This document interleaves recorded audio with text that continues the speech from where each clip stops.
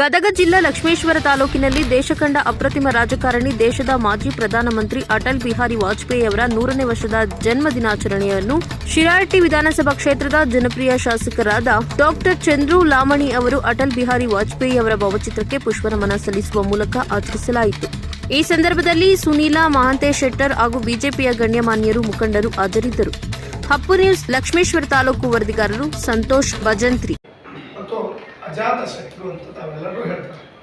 ಎಲ್ಲ ಪಕ್ಷದವರು ಸಹಿತ ಅಟಲ್ ಬಿಹಾರಿ ವಾಜಪೇಯಿ ಅವರ ವಿಷಯ ಬಂದಾಗ ಅವರು ಅಜಾತ ಶತ್ರು ಅನ್ನೋ ಒಂದು ಪದವನ್ನು ಬಳಕೆ ಮಾಡ್ತಾರೆ. ಅದರ ಜೊತೆಯಲ್ಲಿ ಭಾರತರತ್ನವನ್ನು ತಗೊಂಡಂಥ ವ್ಯಕ್ತಿ ಇವತ್ತು ಭಾರತೀಯ ಜನತಾ ಪಾರ್ಟಿನ ಇಷ್ಟು ಪ್ರಮಾಣದಲ್ಲಿ ಬಲಾಢ್ಯವಾಗಿ ಬೆಳೀಲಿಕ್ಕೆ ಅಟಲ್ ಬಿಹಾರಿ ವಾಜಪೇಯಿ ಅವರ ಕೊಡುಗೆ ಬಹಳಷ್ಟು ಪ್ರಾಮುಖ್ಯವಾಗಿತ್ತು.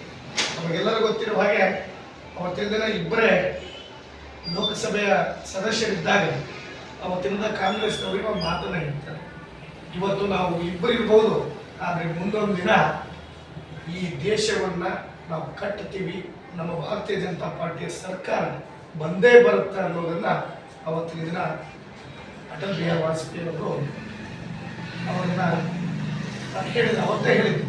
ಅದರ ಜೊತೆಯಲ್ಲಿ ಸುನೀಲ್ ಹೇಳಿದಾಗ ಅವರ ಕನಸುಗಳು ಏನು ಕಾಶ್ಮೀರಕ್ಕೆ ಸಂಬಂಧಪಟ್ಟಂಗೆ 370 ಆಕ್ಟ್ ಆಗಿರ್ಬೋದು, ಚುನಾವಣೆ ವಿಷಯದಲ್ಲಿ ಇಡೀ ದೇಶದಲ್ಲಿ ಒಂದೇ ಚುನಾವಣೆ ಆಗಬೇಕಾಗಿರುವಂಥದ್ದು ಮತ್ತು ಕೆಲವೊಂದಿಷ್ಟು ಏನು ನಿರ್ಧಾರಗಳು ಅವತ್ತಿನ ದಿನ ಆಗಬೇಕಂತ ಕನಸನ್ನು ಕಂಡಿದ್ರು.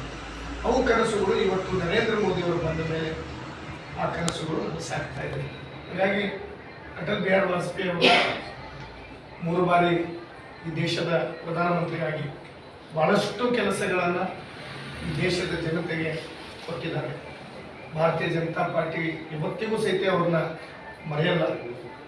ಈ ಭೂಮಿ ಎಲ್ಲಿವರೆಗೂ ಇರುತ್ತೋ ಅಲ್ಲಿವರೆಗೂ ಅಟಲ್ ಬಿಹಾರಿ ವಾಜಪೇಯಿ ಅವರು ನಾವೆಲ್ಲರೂ ಇಡೀ ದೇಶವೂ ಸಹಿತ ಇವತ್ತು ನೆನೆಸ್ಕೊಳ್ಳುವಂಥದ್ದು ಮತ್ತು ನಾವೆಲ್ಲ ಇವತ್ತು ಸೇರಿ ಅವರ ಒಂದು ದಿನಾಚರಣೆ ಅಂದರೆ ಜನ್ಮದಿನೋತ್ಸವ ಅಂಗವಾಗಿ ಇವತ್ತಿನ ದಿನ ಪ್ರತಿಯೊಂದು ಬೂತ್ ಅಧ್ಯಕ್ಷರ ಮನೆಯ ಮೇಲೆ ಭಾರತೀಯ ಜನತಾ ಪಾರ್ಟಿಯ ಒಂದು ಧ್ವಜವನ್ನು ಹಾರಿಸುವ ಮುಖಾಂತರ ಇವತ್ತಿನ ಅವರ ಒಂದು ಶುಭ ದಿನದ ಕಾರ್ಯವನ್ನು ನಾವೆಲ್ಲರೂ ಸಹಿತ ತೊಡಗಿ ಮಾಡೋಣ.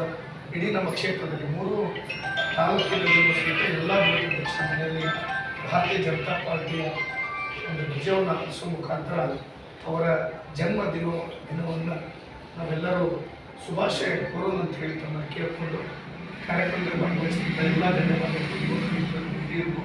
ಎಲ್ಲರಿಗೂ ವಂದಿಸಿ ನನ್ನ ಮಾತನ್ನು